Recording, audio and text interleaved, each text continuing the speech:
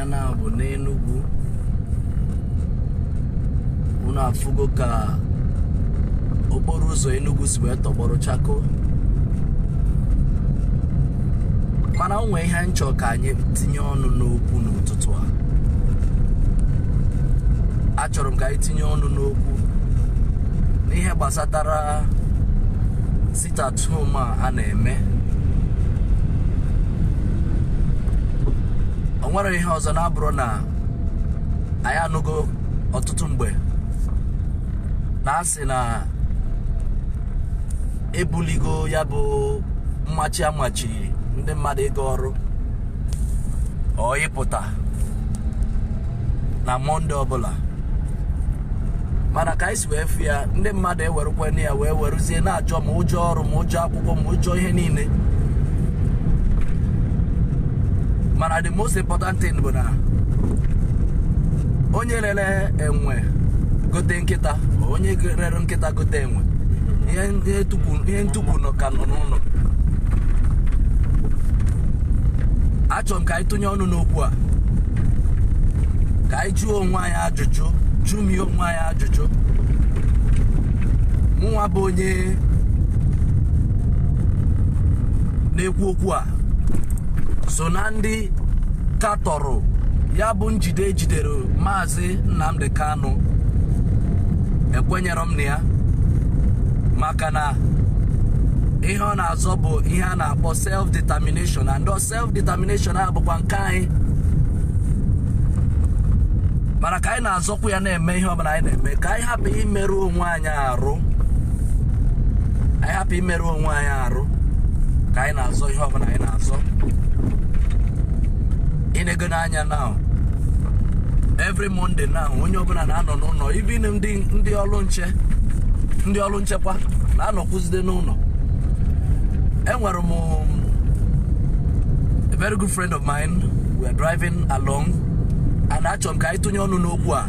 Achọkwu m ka gụnwa bụ onye na-awọchi ihe onyonyo a ka ịtụnyekwu ọnụ n'okwu. From the comment section, you can as well contribute.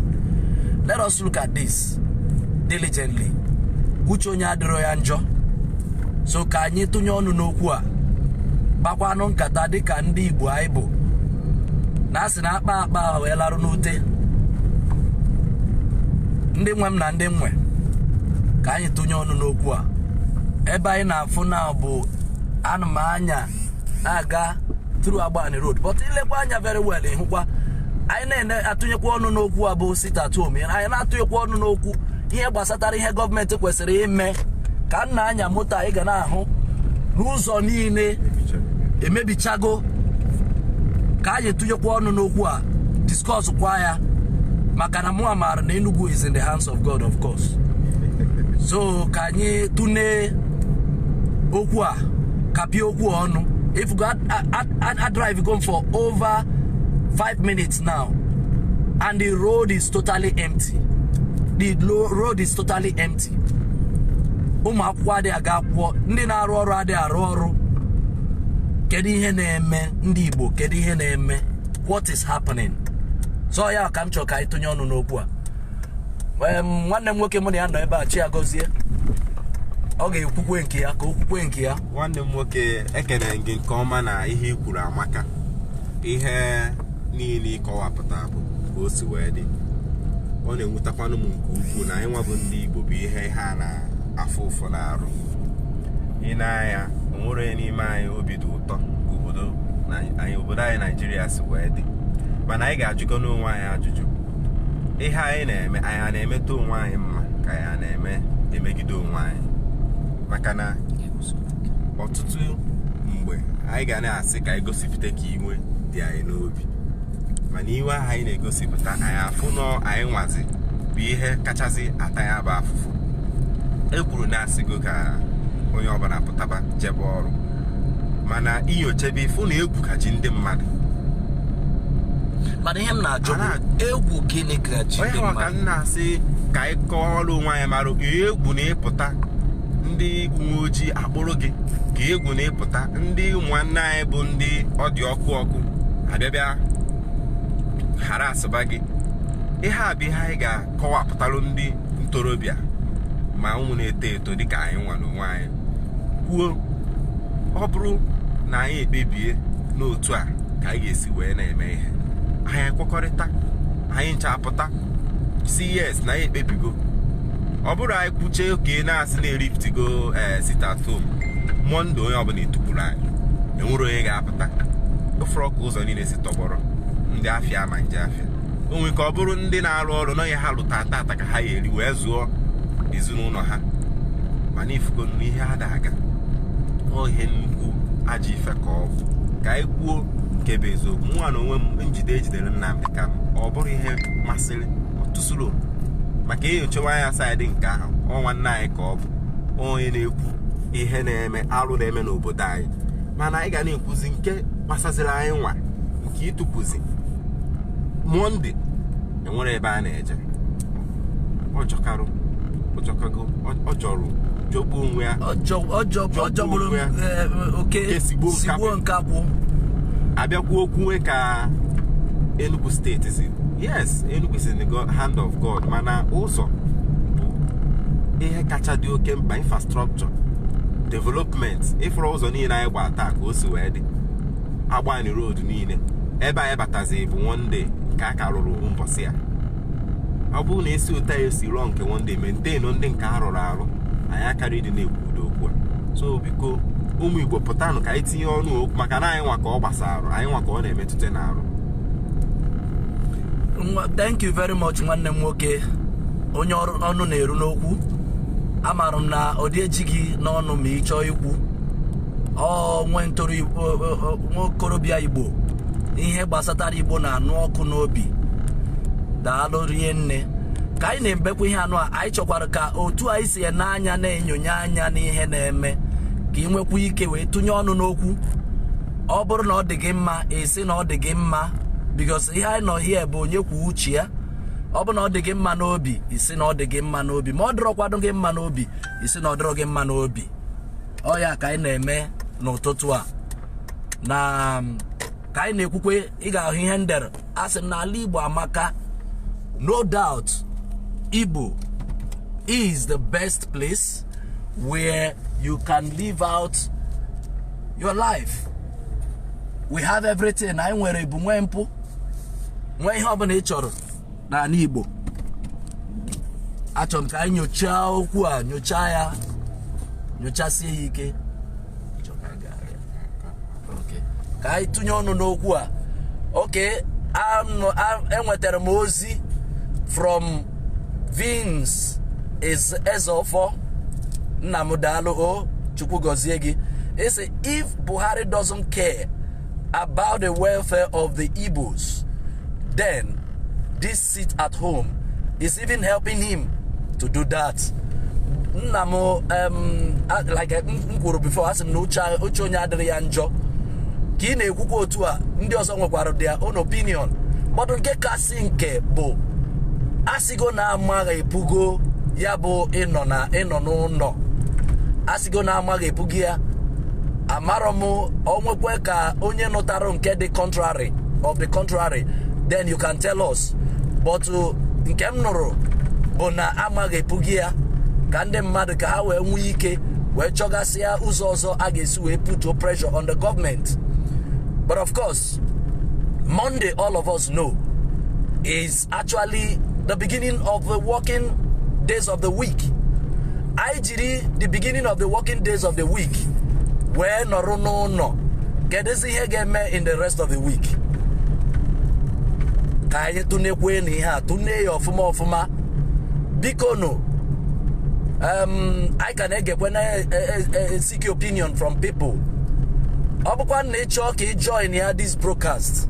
Ki when we get tunye onu n'okwu a, you can as well request. I will join you in this broadcast. Makana ihe chorobo, let us enlighten our people. Apart from the fact that we need to look critically what is happening in Igbo land. Kai juo nwa ya ajụjụ. Kai makwanu kai si atunye onu n'okwu. Dalono. My brother, you have said it all. A lot has been wrong when it comes to how our people understand, you know. Anụkwara m na yesterday, anụrụ m kepu na yesterday na onye ọrụ nchekwa bụ onye nye police gbara mmadụ egbe n'Agbani road. Ndị driver wee na-eme ngagharị iwe. Ọ dịkwa mkpa na anyị ga-atụnye ọnụ n'okwu a. Ọ dịkwa mkpa na anyị ga-atụnye ọnụ n'okwu a ka anyị wee marụ ọnwa onye nwere first hand information ị ga-ekwuo si na otu a ka ihe si wee mee ma ọ bụ na ị nọ ebe ọ nọ wee mee mana ọ dịrọnụ mma na ya bụ ndị uwe ojii eji wee hapụ ya ndụ n'ike gbuo driver. Ọ nwere nnọọ ihe ọzọ ya emesị ka ọ arrest ya mụọ efolo normal procedure jụba ajụjụ si ya maka na onye egbu nwere ezinụlọ, o nwere ụmụaka ọ na-enye nri and ụdị ife a mekwanara ịfụ na ndị driver ebido mebe nke na-abụrụ ya mgbe afọ a sị na a na-eme attack ndị ebe ndị uwe ojii nkọ na-anọ agbaba moto fa ọkụ jebe ebe ọfisi fanọ. So ihe a achọka nwere ihe ya ajụ m kịta mma asị gị na ngodi ajọ ife onye driver ame ihe eji wee napụ ya ndụ ya n'ike. Just like that, you waste his life. You need to act like a civil trained, you know, police personnel. Ihe a bụchi ụmụ ife na-abụọ na-eme ifo accumulation of anger. Ana agbagote o mgbe o yeru to saturation point to explode. Ndị mmadụ ewere iwepụta n'ụzọ mebiwe ife. So ọ dịrọ mma. Just get the kwuri aka m nwedoro idea mana otu ọbụla ụkwa isi wee kwuo ya ọjọka. Onye polisi ahụ na-edi ejidie ọta afụfụ ya na ya so maka na ndụ mmadụ ka ọ na-ana iyi. Ihe achọka anyị ekwuo na yara ibie. Nwanne m ihe na-eme n'obodo anyị a na-agba anya mmiri. Nna m ka anyị rotere nke anụ a ọ nwegasịkwa ihe ndị ọzọ anyị ga-etinyekwa ọnụ n'okwu mana ka anyị ga-achị back to ihe anyị na-ekwu bụ ihe gbasatara sit at home on a Monday because ihe m na-ekwu ya bụ na ka m si na uche onye adịrị ya njọ ka a planere ihe anụ a etinyekwere ya into cognizance the fact na ihe a bụ on a Monday.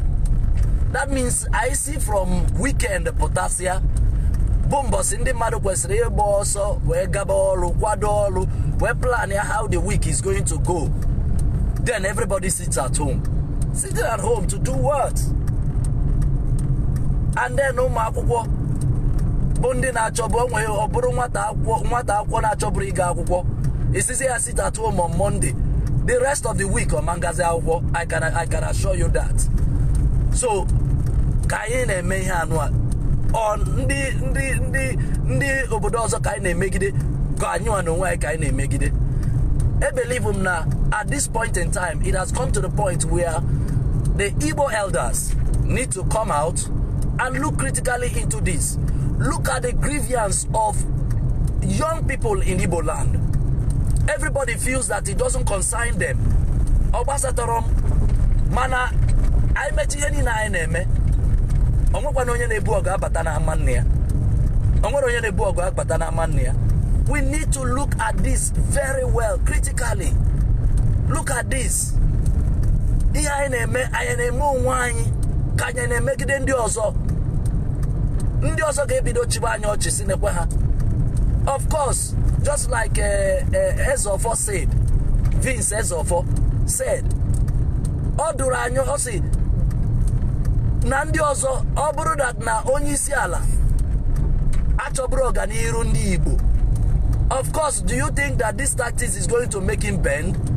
Not at all. He's not going to bend if truly he wants not to. He's not going to even budge. He's going to watch you destroy yourself by yourself. I ga emekwa ihe ọ ga-aba eme ofu ndị ọzọ ofu ndị na-achị achị ofu onye ha ịchọ ka ofu ọ bụrụ ka ofu anyị nwa n'onwe anyị ofu. Ọ bụrụ ka ofu anyị nwa n'onwe anyị ofu. So I can etiekwa ọnụ n'okwu a maka ndị na-asị okay, Gregory Emeka Gregory Emeka say wrong tactics from the onset. Oh yeah, be ajụjụ am njụrụ m say mgbe a planere ihe anụ a kedu ndị tụpụrụ anyị wee plan ya what is their motive and how did they expect to achieve this? Negodi Enugu anya. Negodi na Enugu anya. Negodi na Enugu anya. On a Monday morning. And I'm sure no to akode throughout Alibo Nine. Open all the otu and Enugu. Get the hege messing na Anambra. Open all the otu and Enugu. Get the hege men Abia states. All this go to an Enugu. Get the hege men Imo states. Aka rumu Igbo bikono. Kai jirire anyi gweza anyi onu. Kai jirire anyi gweza anyi onu. My brother just sent there now. Oh, see, exactly, sir. We are hurting ourselves. We are hurting ourselves. Odogu bugan outside the jail. Mayo kwesiri ime nata ndi umunne etoyo odogu. Mara bia mebesi ya nka ko metutawa onwe anyi. Ade gosikwa ndi bodogu na nage. Ade gosi odogu na iba na nna gị ibia gosi onwe gị na iba ijesi outside ibrozi odogu Ogbuefi Chime Emmanuel say I have grown weary of the so-called Igbo leaders. They relinquished their authority to IPOB illiterates. Nnam biko ka anyị were nwayọ taa eze anya ọnụ biko don't onwere onye bụ illiterate. Achọm ka anyị na-esend ihe ọbụla anyị na-esend anyị jiri nwayọ marụ ka anyị si edobe ọnụ na ihe abụ ụmụ nwanne anyị onye ọbụla anyị ncha bụ ofu. We are all the same. Onwekwana uche onye adịrị ya njọ ama m na inwe your right to communicate, but then let us also watch our comment and respect each other. So I'm gonna mangle that part of the comment because of course nobody is an illiterate. Onye ọbụla ị gara akwụkwọ ị gara uche ị gara nna anyị ukwu Innocent Chief Innocent Chukwuma, that's Innocent. Say ka ị gara education ị gara eduke uche. So onye ọbụla gụrụ akwụkwọ n'oge odu nke ya. That is uche onye adịrị ya njọ. So thank you very much my brother Chime Emmanuel. Thank you for your comment. Mr. Boster Francis Ojuku said this is very unproductive step. Of course, that is exactly what we are saying. But what we are looking for this morning is solution. How do we solve it? Makano di hena abo merno.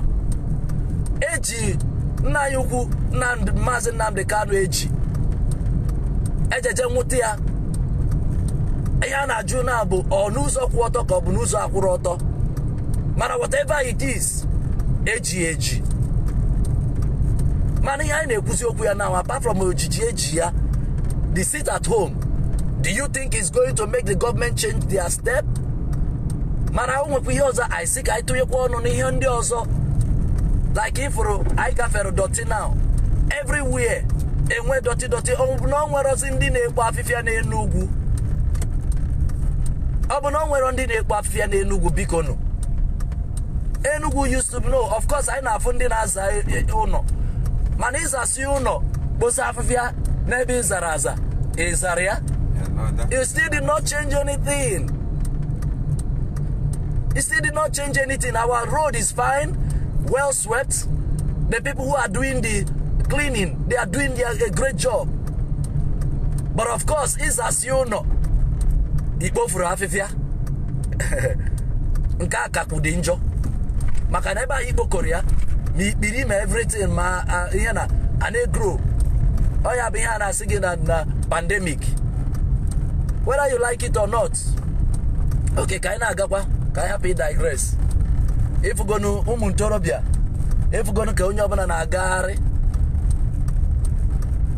adị very sure na my sister nke a na-aga now ọ na-aga ọrụ mana o jizi ọkpa aga ebe ọ na-aga maka na o nwero ndị ụgbọala na-aga n'ụzọ. Anyị sizi ike venue bata camp. Anyị na-agazi Mbanugo ka anyị na-aba ife a now.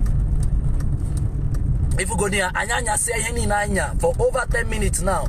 O nwere moto m na-eso n'azụ, onwekwanụ nke na-eso m n'azụ. Ọkwa sọsọ m na-aga. Ya bụ ife jọgburu udene sigbuo nkakwụ. Ọ jọgburu oke. Ọ jọgburu udene sigbuo nkakwụ. Na udene bụ ihe jọrọ njọ. Okay. Anyị na-afe ekwu, anyị agafesigo Mbanugo. Na-agbagozi ka anyị ma anyị ga-etinye isi camp mara nke na-eme. Biko nụ, onye ọbụla bụ onye kwesịrị itinye ọnụ n'okwu a ka anyị na-emie na anya. Biko nụ, anyị ayọ unu. Today I know that na-ebunigi ya, tomorrow I say no ebuniri ya, tomorrow. Biko nụ, kedu onye nke anyị ga-eso eso? Mana nke ka njọ bụ ka ebunisiri ya. What is now keeping people at home? Igbos are not known to be lazy. We are hard-working set of people.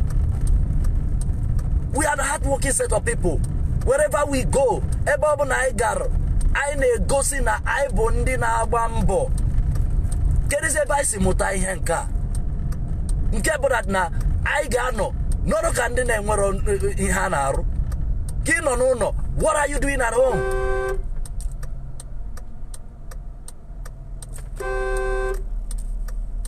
What are you doing at home?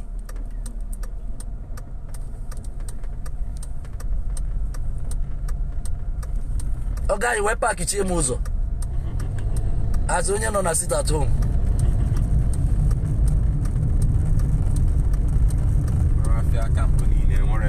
He said, let us, Mr. Boster, Francis Ojukwu, say, let us mobilize the people through message of patriotism. Let us continue to speak and use this video to show people how much they are losing. Of course, that is exactly the reason why I'm doing this video. Brother, na mama no no. Brother, na no no na memwere him gembe no. Man, we are creating awareness. We are creating awareness of what we are doing to ourselves. We are economically killing ourselves. The Igbo state, if we tell you the amount of money individually, not about the entire state or the government, individually, we are losing. We are losing.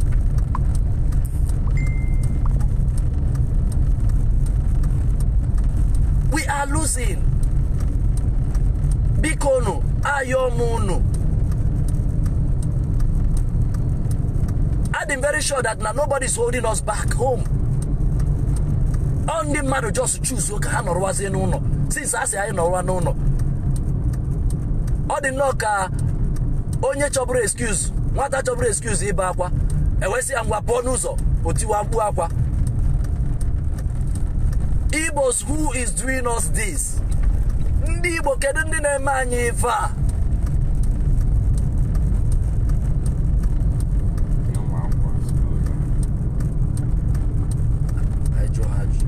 Ifugonu ụmụ akwụkwọ kwadoro akwụkwọ ka ha jee akwụkwọ. Ụmụ akwụkwọ kwadoro akwụkwọ ka fa jee akwụkwọ. Fe nwere, you people are not going to school? Ọkwụ na-aga school. Ọkwụ na-aga school. Ka ebe school unu dị? Ha na-agba ọsọ. Ya bụ ife. No. I just try to get you. Because no, the camera is over there. It's not facing you. Why can be in case school? Why? How na dey why? People were today. Computer can were today. How were computer today? Mana ha nwere moto ha ga-ejuwe ga school na enwe ihe ọzọ iji maka ya wee na-ajụ. Ebe school unu dị nne. Okay. So if you go na ife anyị na-ekwu na ha nwere computer tata ụmụ akwụkwọ ha ekwero ka ha gosi iru ha na ihe onyonyo maka na egwu na-atụ ha. Mana ha nwere computer today And then they cannot go because they've been standing here and they can't find vehicle to go to school. Hey, kedu onye na-eme anyị ha? Biko do ụmụ Igbo biko na ana m ayụ unu anya mmiri dị m n'anya wee na-ayụ unu. Otu a ka o si wee dịkwa mbasa ha edere mathematics. Ịmara that na mathematics is one course you cannot do without. Onwe dị ka ị ga-esi wee baa school without mathematics. Enwe na ndị mmadụ enenere masị. Hey, that means one academic year is gone. One academic year is gone.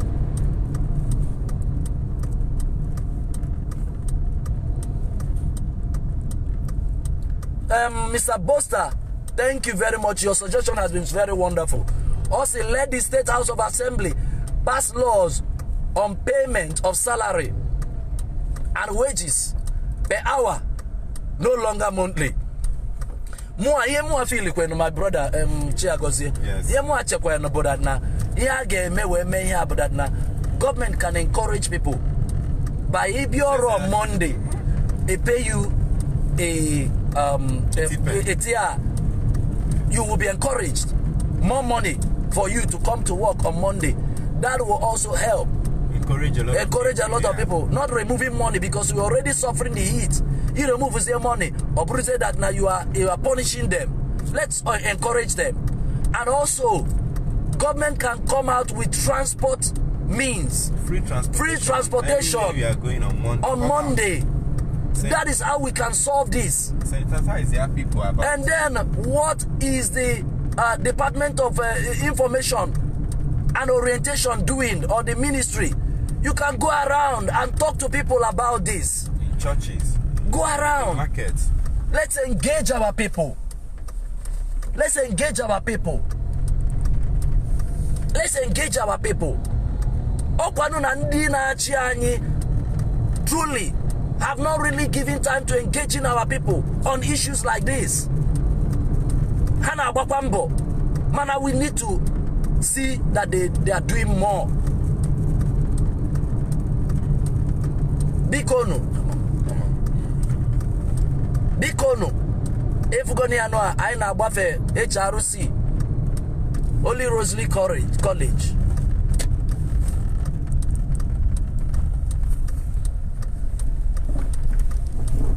Anyị na-abanye Zuza na-apụ WTC.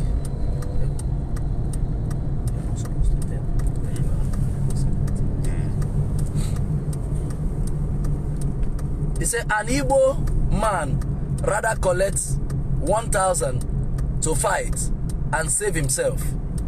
This is the only way to regain ourselves. Okudili Martins. Namo agotasi okwanu mefa. Also an Igbo man rather collects 1,000 to fight and save himself. This is the only way to regain ourselves. Okay?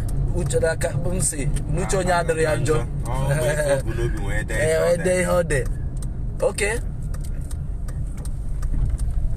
Anyị na-agakwa ịhụgoni ya no traffic light anyị ọchacha red, ọcha green, ọcha nke ọbụla ọ ga-achakwu yellow, chakwuo ma purple, mana onwere moto nọ n'ụzọ. We are law-abiding citizens. I got anocheru ka ọcha ihe ọ ga-acha.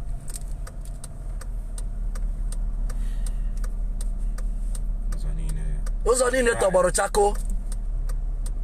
Ụzọ niile tọgbọrọ chako. Ọcha na green ka anyị gaba ebe anyị na-aga. So ndị nwe m biko, let's continue contributing. Let's talk about this. Let's talk about this. You can see ndị ntorobịa onye ọbụla tụkwụsị anị.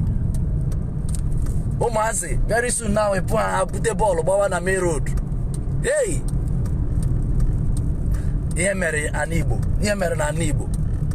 o wutere anyị rie nne n'ihe ndị gọọmenti ọ ndị ji nwanne anyị nwoke Nnamdi Kanu mere adọrọkwara anyị mma n'obi mana mụache that now this is purely a way of demonstrating our dissatisfaction and judgment as well. It's actually passing judgment to the government.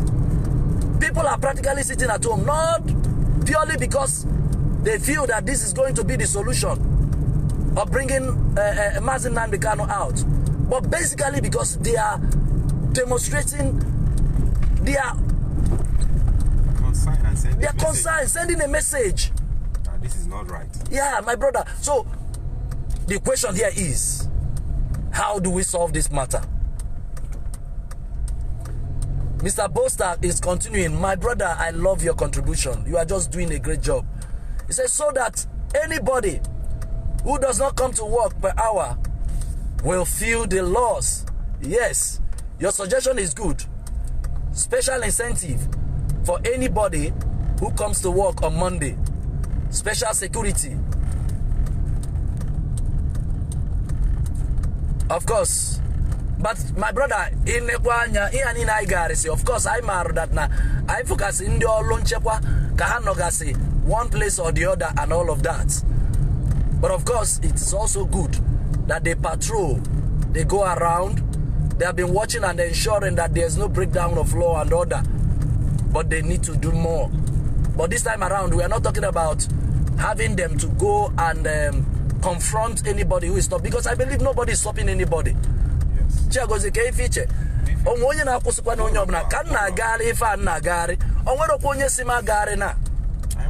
you chop na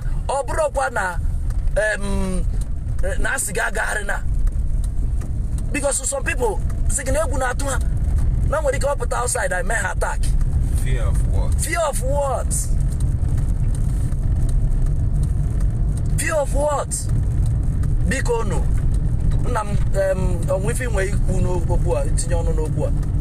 Continue. I ekwusigokwa n'ife niile na ofu okwu a ka anyị na-ekwukwa biko ụmụ Igbo ka anyị pụtabanụ n'ife emega anyị ife mere anyị ife niile anyị gbagharịsi n'okporo ụzọ Enugu steeti bụba anyị ojuru afọ biko anyị na-ayọzi ndị gọọmenti ka ha marụ ka ha esi tinye ọnụ ọ bụrụ sensitize gwa ndị mmadụ eje n'ụlọ ụka eyuzuo TV redio a na-agụ ya ka egwu si onye ọbụla pụtabanụ bịa rụba ọrụ jebe akwụkwọ maka na anyị ncha gbachi nkịtị na-arụ anyị ka ihe anyị niile na-ada enwere otu ọzọ anyị esi kwuo na-abụrụ otu anyị si etinye ọnụ na-ayọ so onye ọbụla pụtaba ihe eme nwanne anyị nwoke Nnamdi ka na anyị ncha niile ka ọ na-afụ ụfọ na-arụ anyị emego ndị obodo niile marụ na ihe anyị na-ekwu maka ya na ka esi wee jidie n'ọnọdụ ọ na-adịrọ mma mana ka anyị na-ekwu anyị na-ekwukwazi nke anyị nwa na onwe anyị ji aka anyị wee na-emegide onwe anyị nwere otu ọzọ anyị esi kwuo na-abụrụ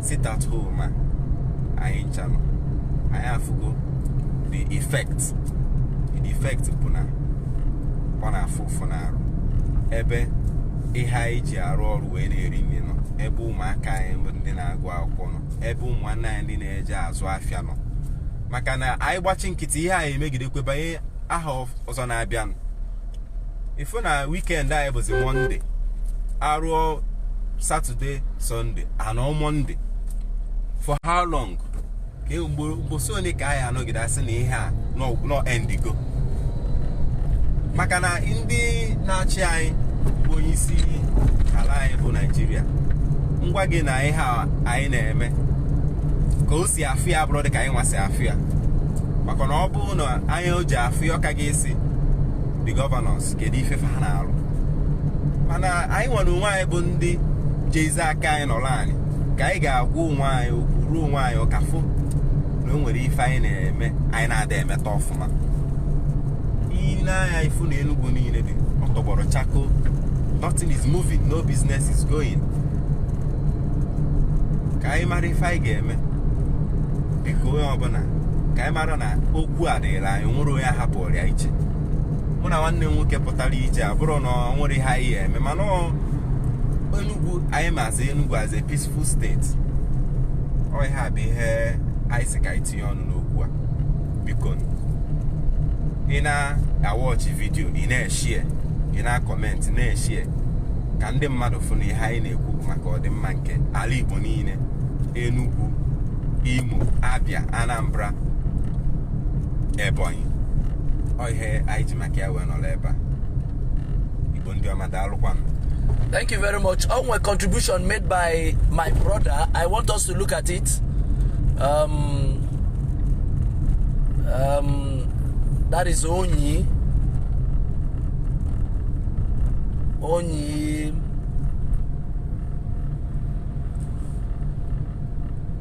Come with here.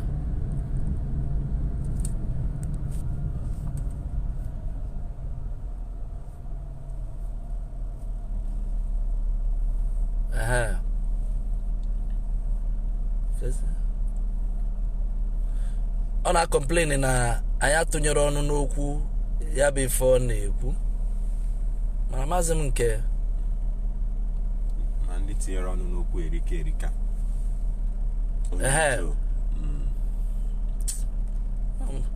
onye iji biko ewenara m iwe na ha matara anyị ka nweta ya bụ ife i kwuru si na nke gị check here. Oh, sorry. Almachi nweta ya bụ ife onye ije okwuru ka hapụ ịdị ka ịgbara ya nkịtị.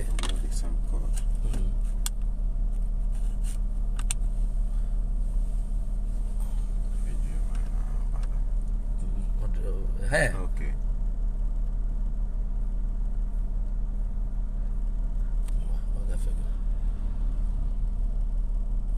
Second to the last. I don't know. Just Okay, figure. okay. I need to see his comment.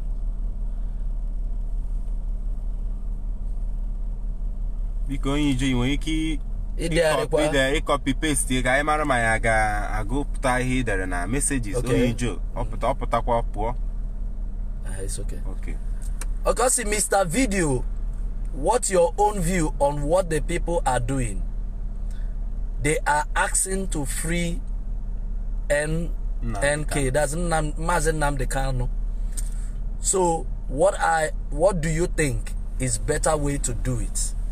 Ignoring the people is like you don't want to provide solution.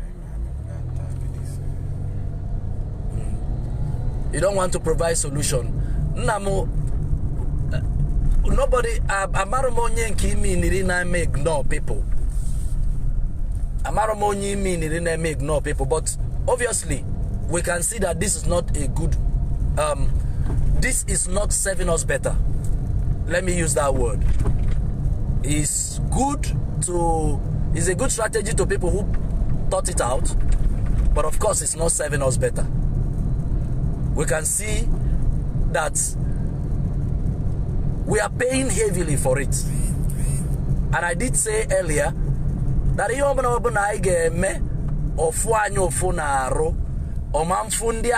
because the essence of doing it is to call the attention of the government. But when the government you want to call their attention may not even yield to it, because for 3 weeks now, of course somebody would have responded, but obviously we are actually shooting ourselves in the foot or in our foot. So for me, asking what is my opinion on this is good. If I share my opinion here, you will also know. But of course, I will let you know that what we are doing at this point in time will not serve us any better.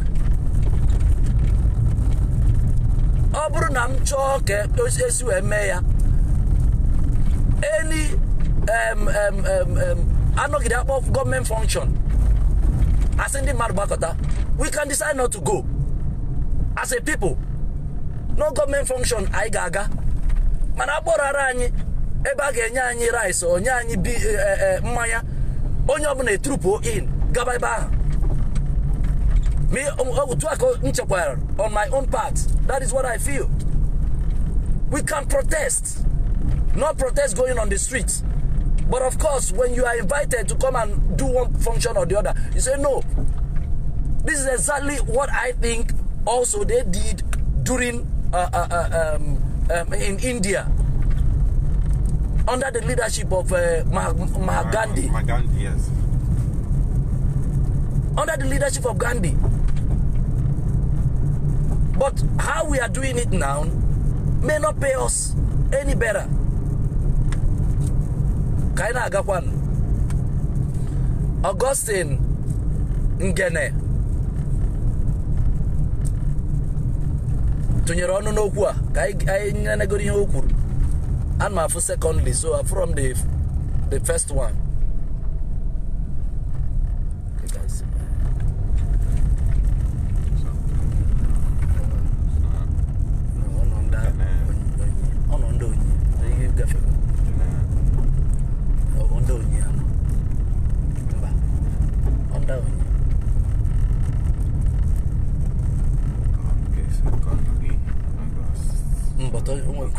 Before second. I can not. You're definitely forgot. Okay. Wow. Okay.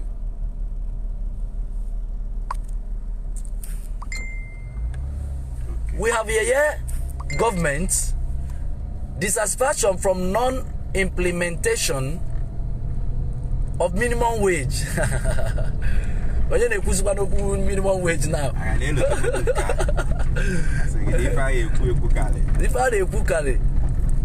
when the price of commodities have over doubled, no pension paid, no gratuity paid for decades, and what will inspire an average worker to believe in the states?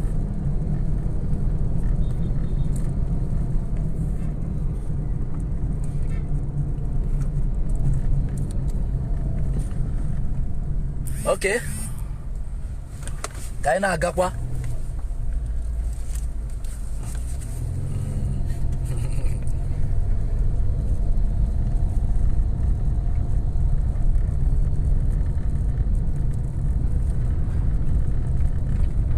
Okudiri Phillips, sit at home is better than protesting because many have been killed. Of course, as in protesting, abro protesting nke ga n'ụzọ, ọ bụrụ an option. Ọ bụrụ nke ga n'ụzọ. Mana, just like what is happening now, is also a means of protest. It's also a means of protest, but then maybe we can come up with a more sophisticated way of having to do this, rather than because on a Monday morning, I can assure you that the rest of the week, even when he decide to government.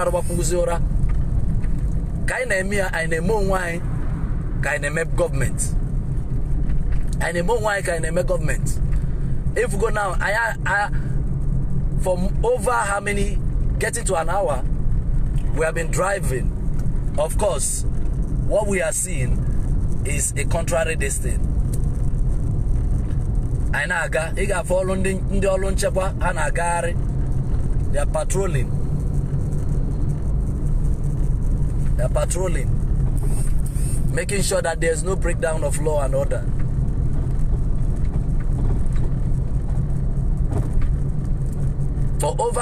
For getting to 1 hour, we've been driving now. The road is practically empty. Yeah. People have truly shown their dissatisfaction. This is more or less a means of protest. Protest. mana ihe anyị na-ekwu bụ anyị megide ihe anụ a onwe mgbe ọ ga-eru ofu anyị ụfụ na-arụ ọ ga-afụkwa anyị ụfụ na-arụ kpọta anyị eche ma ime otu a ọ ga-eme gọọmenti nke anyị nwere now chenjie obi ya gbasatara ihe anyị na-ekwu okwu ya. Ọ ya bụ ajụjụ anyị na-ajụ. Ọ ya bụ ajụjụ anyị na-ajụ. Okay, anyị ka na-eweta, anyị ka na-egekwe ntị ka anyị marụ ihe ndị mmadụ na-ekwu. Thank you very much, my brother Okwudili Philip. And to everybody who has contributed, thank you very much. Your contribution is well noted. Ihe anyị ji wee mewekwa n'ihe anyị mewe bụ ka anyị bụ ndị Igbo ka anyị tụnye ọnụ n'okwu. Anyị tụnye ọnụ n'okwu. Biko nu donu.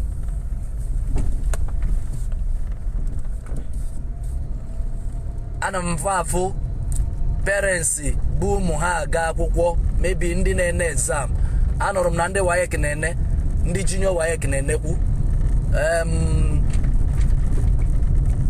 Kedu kwanu maka ndị parents ha nwere moto? Ke ifefa ga-eme? Ndị ụlọ akwụkwọ fa dị ebe dị anya. Kedu ifefa ga-eme? Kedu ifefa ga-eme?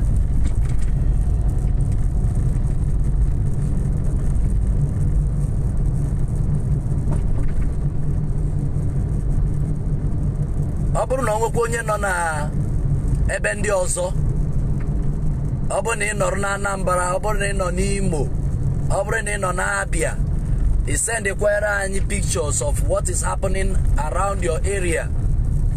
Let us get to know what is happening. Kedu ka o si aga? Kedu ka eke si anyanwụ? Kedu ka ụbọchị dị? Kọwara anyị. I believe that what we are doing is also a means of sensitizing our people. Let us see how things are going. Thank you very much for all of you who have contributed immensely. Mr. Boster, wonderful. Mr. Onyi or Oyi? Mr. Oyi. Oyi. Kaya people ya kan ndị abụrụ ndị Igbo. Mr. Oyi. Mr. Vincent. Mr. Vincent. Yeah, Vince. Ezofo. Okwudili Philip. Augustine. Dr. Augustine, my very good friend, thank you for contributing.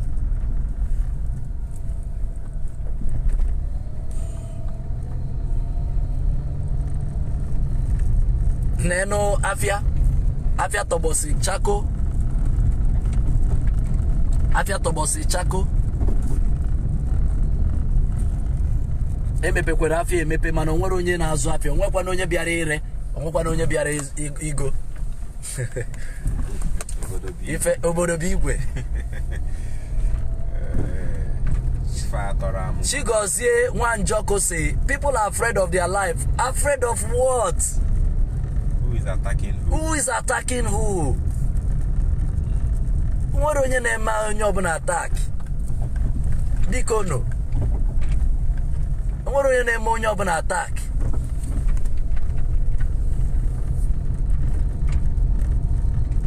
I got atukwu ụjọ na amanna because no ọ na-adịbụ onye ọbụla nata be nne ya o feel very comfortable. O feel very comfortable. Kezi nke bụ na ịtụbakwu ụjọ because asị onwe inu a na-adị atụba asị na ihe achụwa gị chụpụta gị ọ chụpụta gị na nna gị. Yes, ịgbakwudebe nna gị feel very comfortable. Because na ihe ha mere gị mee gị be na ama nna gị ịma na ihe a siri ezigbo ike. Somebody Ochendo Chikamso onye isi say Enugu state is a peaceful state. Uche onye adịrị ya njọ. Enugu state is indeed a peaceful state. Kemgbe ụtụtụ Enugu abụrụ ebe ga-aga. Ọ ya mere eji akpọ anyị mgbe aha si nọ a civil service state. Because na ihe ọbụla emegodi Enugu dị very quiet. Enugu adị achọ nsogbu. I chọrọ nsogbu. I chọrọ skin pain. Oh yeah, Enugu achọkwa no skin pain. And the Enugu ka ọ ga-abụ bịa. Everybody sees himself as one. Igbo nwanne. Nwanne sheep ka na. Yes. Ọ sị gị na nwa bụ nwa ogbe anyị. Ọ na-Enugu enwere ihe a na-akpọ onye ogbe. Ọ sị gị na onye ogbe anyị. Ọgụ ahụ a na-anụ ọgụ ogbe. Na o tiri nwa ogbe anyị ihe. Ifu that na ndị ogbe niile ga-eje nọchitere ya ọgụ. Ejebe anụ ọgụ asị ndị ogbe. Ndị ogbe, of course. Mgbe a ga-agba n'ụ tournament ndị ogbe. Ndị ebe a na ndị ebe a. Na-agba. Acharịla out ogbe anyị na-acharịla out Abakpa. Ọ ya mere onye na-ji wee sị na Abakpa na New Haven na-eme ofu ihe. Onye ọbụla nwere ihe nke ha na-eme.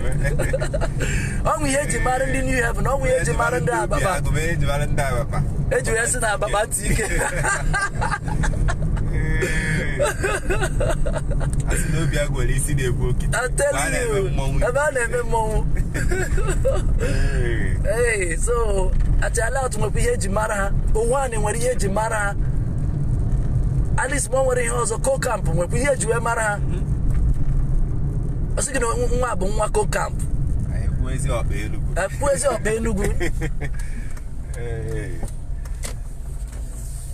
Ko Abacha.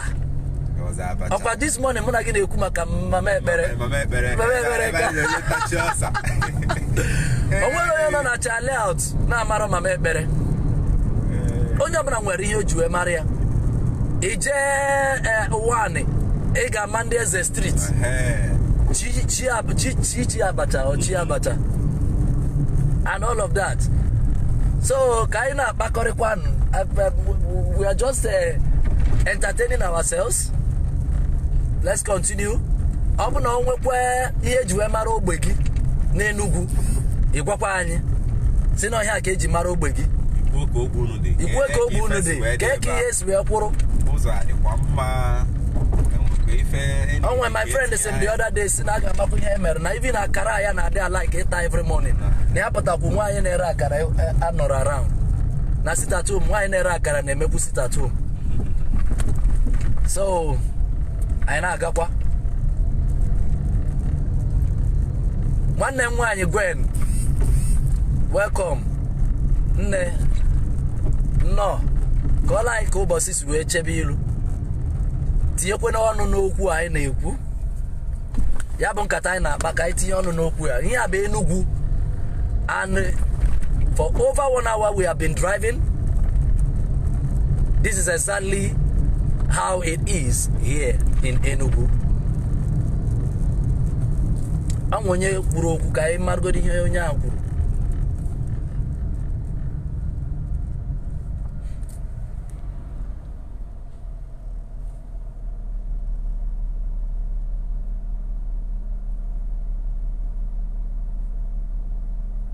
Okay.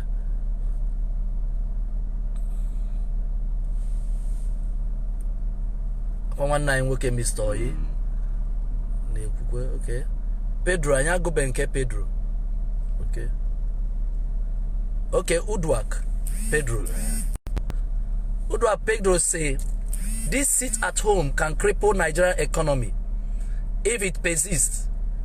Very soon the country will begin to feel a serious impact of the import and export sector of the economy. The president should call for dialogue and find a modern and civilized way to deal with these challenges across the country. Of course, I'm mad that na eba na emekwa sit at home bụ na ana Igbo. Mainly na ana Igbo. Mainly na ana Igbo. And then Ogbuefi Chime Emmanuel say na having a health emergency case on Monday in Southeast is just a death sentence now. Who is losing? But ka itu egodo onu n'okwu nna m tunye egodo onu n'okwu ihe onye na-kwuru. Odwak ihe o kwuru amaka. Maka na anyị ma na anyị nebela anya na obodo anyị Nigeria no. Ọ na southeast bụ ebe ihe sitara ma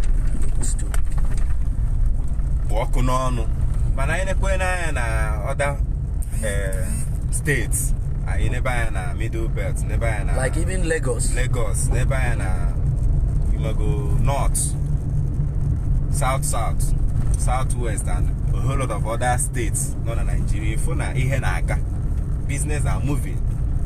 They are not even having same impact anyị na-enwe ebe okwu ya nwere ike inwe isi bụ ebe ha bụ na asị nọ na the whole nation ka ihe ha na-eme. That is when the country will feel the heat the more. Yes open the whole country na the heat and the impact ga-adị too obvious. Yeah. Mana ebe a bụ na ma akpọkani ya na ala anyị bụ Igbo ka ihe ha mee and anyị nwere onwe anyị na-ekwu okwu the country inwe the effect ha ga-enwe mana ọ ga-adị minimal ọma ndị too mana ọ bụ na ihe ndị let's say na ndị Yoruba si kwa oke ka ha nọrụkwuo n'ụlọ ndị middle belt asị ka ha nọrụkwuo n'ụlọ ọ bụrụ ihe akpara akpa ifo na ihe a ga-create a huge effect on our economy ọ ga-esheki obodo anyị bụ Nigeria mana ebe ọ bụ na anyị nwa bụ ndị Igbo bụ ihe a na-eme ha ga-asị well since this is one of the areas they had ka ha na-emegodi ka a na-awọchị ka a na-ejegodi marụ ka ọ esi wee dị okwu brother m kwuru amaka he made a point but at the same time when we look into it to analyze the states involved the particular region involved before that it doesn't hold water to a certain extent based on the particular set of the country which their own concern of what is happening in the country at large, considering the recent developments about our brother Njenje Aijimakia when he could take you even Siwedia in Obi. So here when a possible how far can do what is the impact on our own self? I affairs no I again better than you're supposed to or I lose because it took no doing nothing. Before that now nothing is working out at all. So I'm going to go see the I choba ozo only open a biaboro. Only open a robe for an arrow.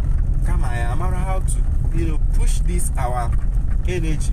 Catch an elo that Nandia Obi Adroham Makaki has already one name working. I won't carry with Jiburum Madiko, sit there in Obi Mana. For how long? Adi. For how long? So he had be here. I Jimakia where they put the Okwasibiko.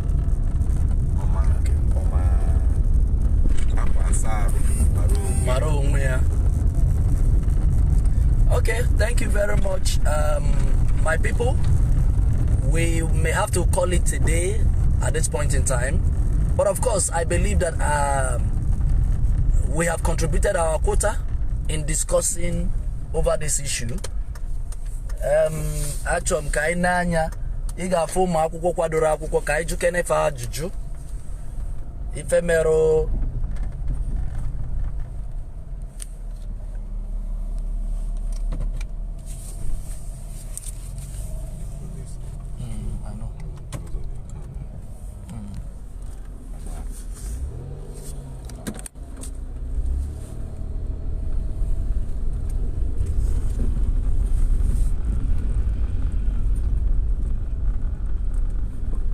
ndị ọrụ nchekwa na fa agagharị ka fa mara ihe na-eme.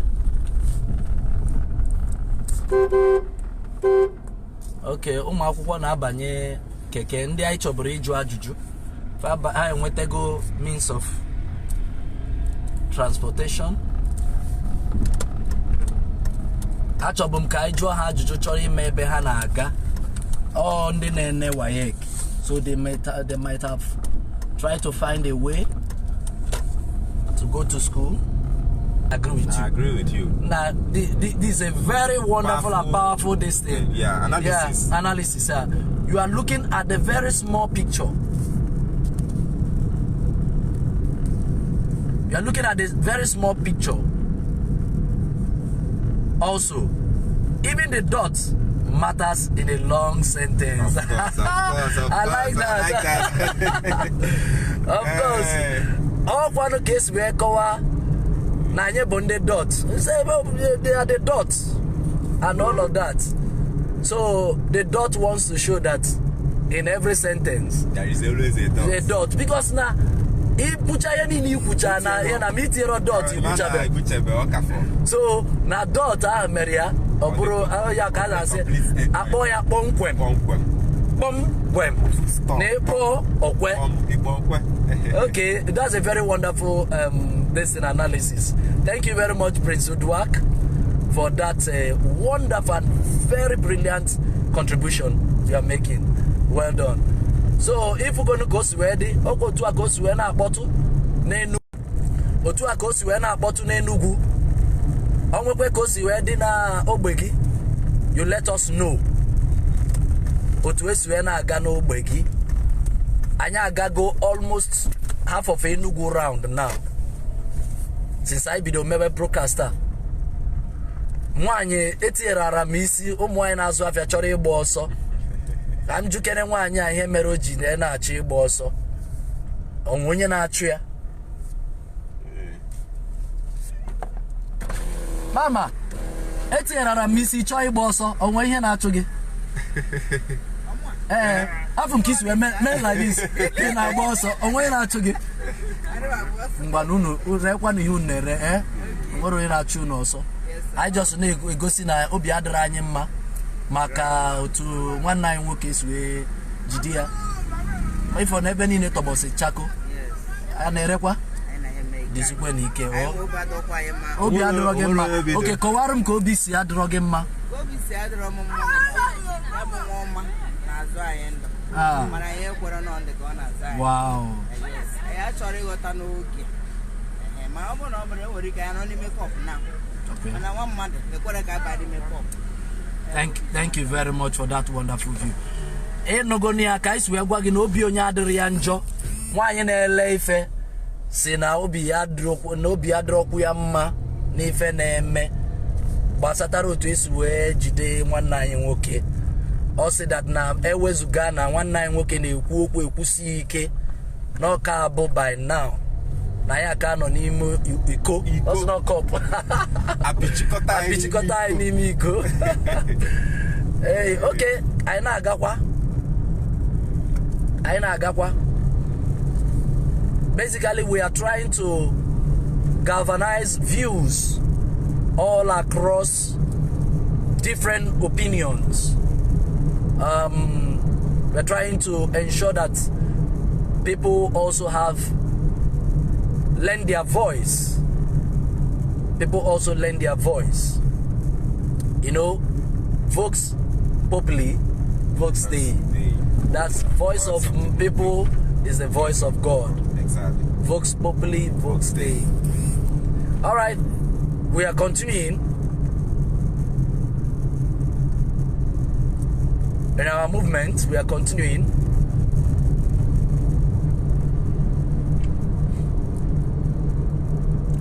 This is the popular Ebony Paint Road. You can see how dry it is.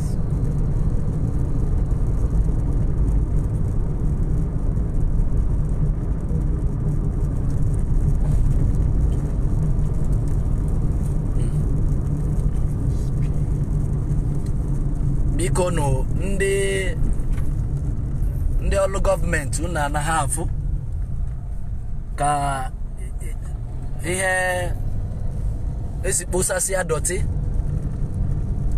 everywhere. Okay,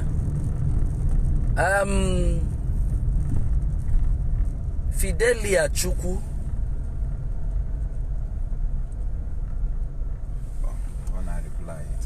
Okay. What Buster said. On a reply to what Buster? Risk of your life.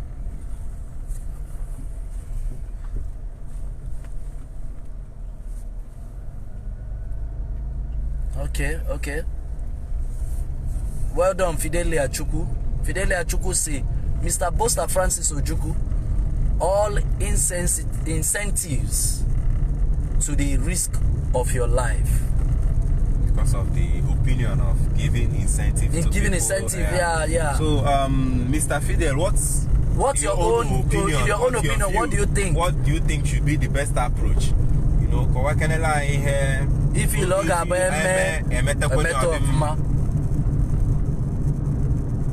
for one day, forest guard, of course, they are going. Forest guard are going. Okay, continue. So, let's look at this. Most of the things I know we have centers on Ojo, fear, then we keep attack, then we keep and we keep asking, who are those people that will attack? Is it the security personnel? I want actually, go to display their annoyance. So that's the main thing we're trying to, fashion out on the best approach to handle. So in a good risk of life, in what particular aspect are we handling this whole thing? Okay. So these are the whole questions I ask you. Only case when a contra opinion or a same opinion with what we are saying.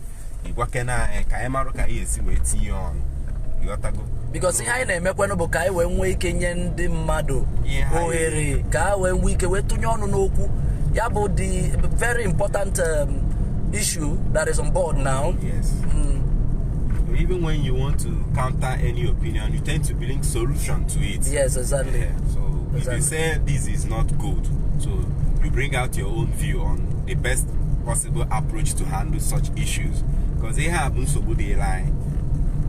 Okay, Fidelia Juku has replied very well. He said, Mr. Bosto Juku, my dear, this is wrong. When you encourage the people and they end up going out, and unfortunately they kill their blood.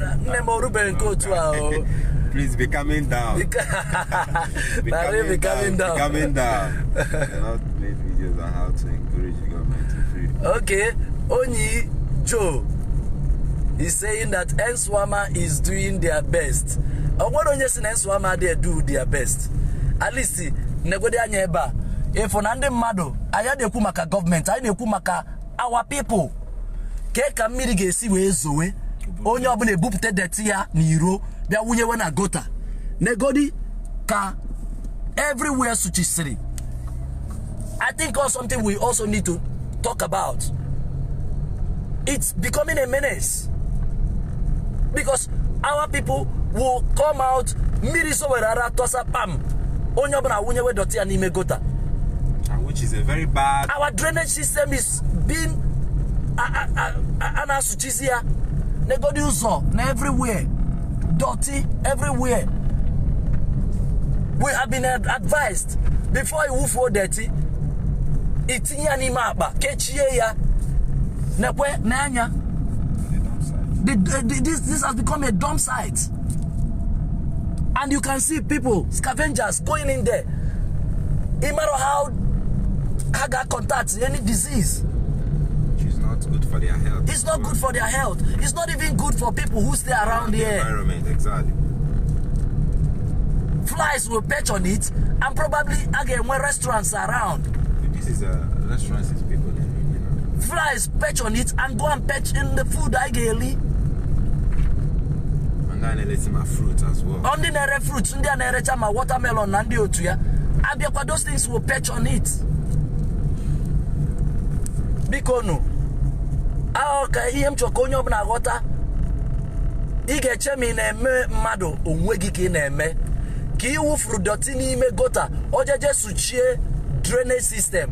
Of course, that is why some of these roads may not last, because the water will leave its channel through which it will pass and then start flowing through the road. And the bido maybe sway usararo.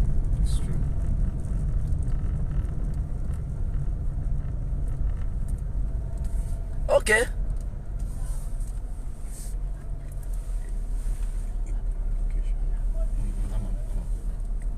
Okay. Thank you very much.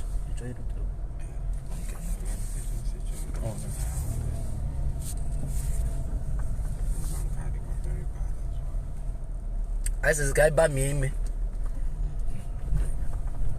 We hear, I think Fidelia said, on our Jew, Mr. Boston, we'll get any video as regards to informing the government about the unlawful kind of detention. The unlawful arrest, okay. They could see a video. People should make videos and comment and speak out, lend their voices as well.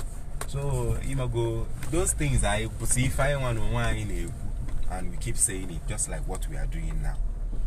We are trying to let people know that these things are the best approach.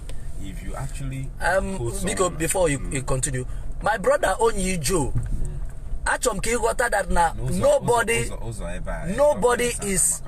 nobody is casting any aspersion on Nswama. I'm defend Nswama. Kai blame Nswama. We are also, because Nswama is supposed to sensitize people on how to put their waste together. I believe when Nswama bag, I go to ShopRite and I buy my bag and I bag my waste and I tie it up. How many times can Nswama go microphone or public address system and go around and address people? How many times can Nswama go pamphlets to sensitize people? So we are not here to begin to defend anybody or begin to do this, and don't make it look as if Nine are fighting Nswama. We are only bringing to limelight, we are bringing to the public what addressing issues. In Nanya, people have their role to play. Also, a government agency that is supposed to do the job have their role to play as well. We are not doing this to run anybody down. We are only bringing issues up so that throw it up so that we discuss about it. So that Kayapi Bieba not begin to now push back and push blames. Attacking people. You see where I said that the people should learn how to put their waste in a bag. And not when there is a heavy rainfall. Downpour. They now start bringing their debts and put inside the gutter. Of course, people have their blame too. But please, what we are saying is, as government is doing their own job or doing their own role, playing their own role, the people also have their role to play. They have their role to play. So we are encouraging everybody. Ensure that you do the right thing. Ensure that you do the right thing. Yes, I did. Okay. So I think you have actually made a very powerful point. There's so many things we have already said, and I believe our people will see that whatever thing we are doing is for our own good. Yes. Best of our state, everybody in Nswama, they are doing very, very wonderful. They are doing. No, Nswama, to be very sincere, I encourage them. Actually brought our attention is what our own people. What our people. And now we need that in Gota. There was a particular day I came out from my house. Somewhere something that looks like a canal, not a canal per se, but a little stream near my house. And then I saw a young man, Oburu Deti Nabaru. Bieba Kobia Wunya then say, why are you throwing it? Also not we can move. He said, who told you that na Deti Wunyereba ge move asopo? Or just somewhere or just end there up. Is this place where you are supposed to do it? You see? Bambacharia that day. I let to see an unfukwage be wufu detebe again. Even if married women have seen a nubarata, a jebrudote, jetinya nimegota. You see? And on my own, I try correcting that. Also, in your own, anywhere you find yourself, when you see somebody's from the moving vehicle throughout this thing, you tell that person, stop it. Those are the ways we can correct these things in the society. Bad habits. And curtail bad habits. Also, when you see people, because obviously we see people, now, have their kota choka, tinya na ba, or wunya na gota, harudeba na wufu deti, ha wuputia from aba. And when zike ikukukuo, the whole place abro oka. Litter the whole place. Sometimes you even see those Nswama people carrying truck. Hello, do good dirty, hello, do good dirty, hello, do good dirty. Ana gasinuzo, dete hana ufucha, ana ganuzo, dete ana ufucha. onye park dirty from one point before na-eru ebe ọ na-eru ọ wụfucha ya n'ụzọ niile. Is that good? We also need to look at it as well. Sometimes I see the way they pack things, pack debts. Load gidia, atugidia. Toya ka onye na azụ afia akpa. Ha tugidezie ya, onwe ka o swe da gallop. Ihe ni na ufo na main road. Ha masukwa na onwe ha ka ha ritute pokọdata ihe ha mee na they continue going. Those are the things we also need to address. Okay, can we forget about Enswama? Focus on today.